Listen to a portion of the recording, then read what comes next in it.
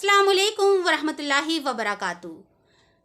आज मैं कुछ सवाल आपके साथ डिस्कस करना चाहूँगी। अगर आपका उन सवालों में ज़्यादातर जवाब हाँ हैं तो प्लीज़ इस वीडियो को ज़रूर देखिएगा। अगर हम सब में से किसी को भी लगता है कि सुबह फजर के वक्त बिस्तर नहीं छोड़ा जाता, नमाज पढ़ने खड़े हो तो जमाई बहुत आती है, नींद बहुत आती है, ऊँघ बहुत आती है, कोई काम करने में दिल नहीं लगता, काहिली लगती है, सुस्ती लगती है, नमाज में खुशू खुजू नहीं आता है और बहुत जल्दी थकान होने लगती है, कोई भी काम में ज़्यादा देर दिल नहीं लगता, I feel like lethargic, I feel like being lazy. तो अगर ये सारे सवाल आपके हाँ आ रहे हैं तो सबसे पहले देखने की ज़रूरत है कि कमी कहाँ हो रही है। तो आपका जवाब ये है कि आप ज़्यादा खाना खाते हैं। सुनकर आपको शौक लगा हुआ होगा, लेकिन हदीस और scientifically medically health wise it has been proven कि काहिली, सुस्ती, यॉर्निंग, ये सारी चीज़ें ज़्यादा खाना खाने की वजह से आती हैं। तो और नबी अकरम सल्लल्लाहु अलैहि वसल्लम ने खुद इरशाद फरमाया कि इंसान का पेट एक ऐसा घड़ा है जो कभी भी नहीं भर सकता। मीन्स जितना भी उसमें डालो वो चलता चला जाएगा। तो हमें नबी अकरम सल्लल्लाहु अलैहि वसल्लम ने हमेशा हिदायत दी, जामे तिर्मिज़ी में आता है कि अगर कोई इंसान अपने आप को फिट रखना चाहता है, दीन में इबादत में सुस्ती काहली ना आए, उसको चाहिए कि अपने पेट को 1/3 हिस्सा खाने से भरे, 1/3 हिस्सा उसको पानी से, 1/3 हिस्सा उसमें एयर यानी कि खाली रखे हवा के लिए। ये चीज़ें इसलिए बताई गई हैं ताकि हम अपनी ज़िंदगी में फ़िट रहें। रमज़ान में हम क्यों ज़्यादा इबादत कर लेते हैं, तरावी जैसी नमाज़ें हम लोग खड़े होकर कितनी कितनी देर तक पढ़ लेते हैं, क्योंकि हमारा पेट खाली होता है। और जिस दिन हम इफ्तार में ज़्यादा खा लेते हैं या खाना खा के तरावी पढ़ने खड़े होते हैं, हमें काहिली लगती है। पूरे दिन की नमाज हम एक्टिव होकर पढ़ते हैं, मगर क्यों ऐसा होता है कि रोज़ा खुलते ही हम बहुत थके हुए महसूस करने लगते हैं?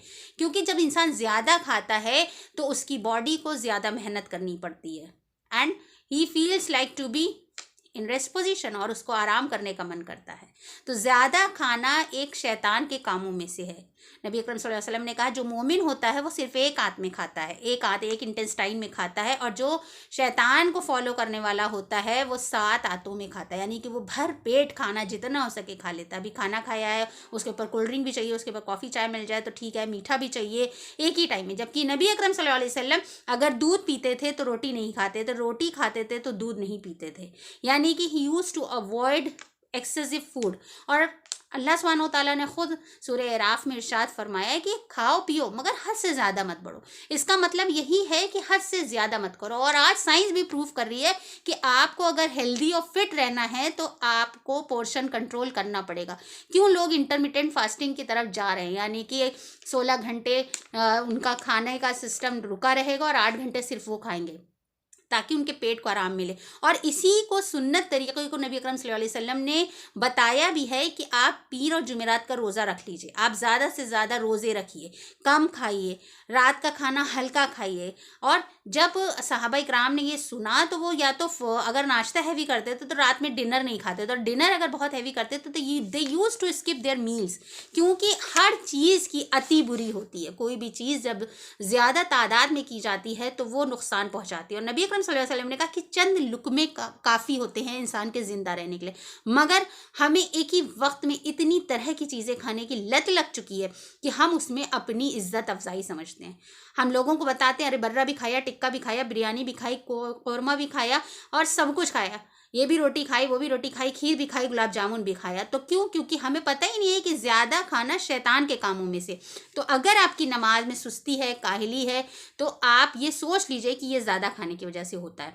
ज़्यादा खाना खाने से दिल की नरमी चली जाती है, यानी कि जो इंसान ज़्यादा खाना खाता है वो दूसरों के लिए मोहब्बत और शफ़क़त नहीं रख पाता, उसका दिल सख्त हो जाता है। दूसरे उसका ये दिल में मतलब उसकी जो बॉडी है वो जाहिर सी बात है वो कमज़ोर होती जाती है, कोलेस्ट्रॉल बढ़ता है, उसकी ज़िंदगी से एक तरह से एक्टिवनेस चली जाती है, वो हमेशा थका हुआ महसूस करता है।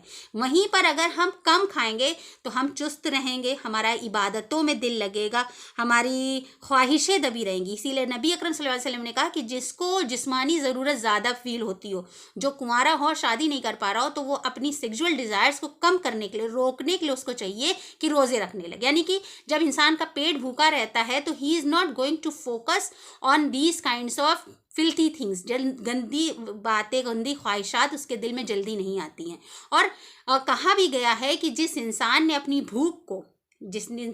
بھوک یا اپنے پیٹ اور شرمگاہ کو کنٹرول کر لیا تو وہی کامیاب ہو گیا. ادروائز اگر آپ کی شرمگاہ نہیں کنٹرول ہوئی اور آپ کا پیٹ نہیں کنٹرول ہوا، یعنی کہ آپ کے پیٹ آپ نے نہیں کنٹرول کیا، تو وہ انسان شرمندہ ہوگا. اس کے بعد اگر ہم کم کھانا کھاتے ہیں تو یہ ہماری لائف میں ڈسپلن لاتا ہے، ہماری روح میں ڈسپلن لاتا ہے، ہماری روح کو بھی پتہ ہوتا ہے کہ کیا کرنا ہے. تو ہمیں آخر میں یہی سوچنا ہے کہ جو چیز سنت ہے تو کیوں سنت ہے، اس سنت کے کئی فائدے ہوتے ہیں. اور زیادہ کھانا سب سے بڑی بیماری ہوتی جا رہی ہے آج کل لوگوں کے اندر، یہ بڑھتی جا رہی ہے. جنک فوڈ ہے، ایک ساتھ نبی اکرم صلی اللہ علیہ وسلم ایک ساتھ 2 سالن بھی نہیں کھاتے تھے. تو ہمیں بھی اس پورشن کنٹرول پہ رہنا ہے تاکہ ہماری نمازوں میں خشوع ہے، ہماری عبادت میں جو ہے اللہ تعالیٰ چام وہ خوبصورتی کر دے.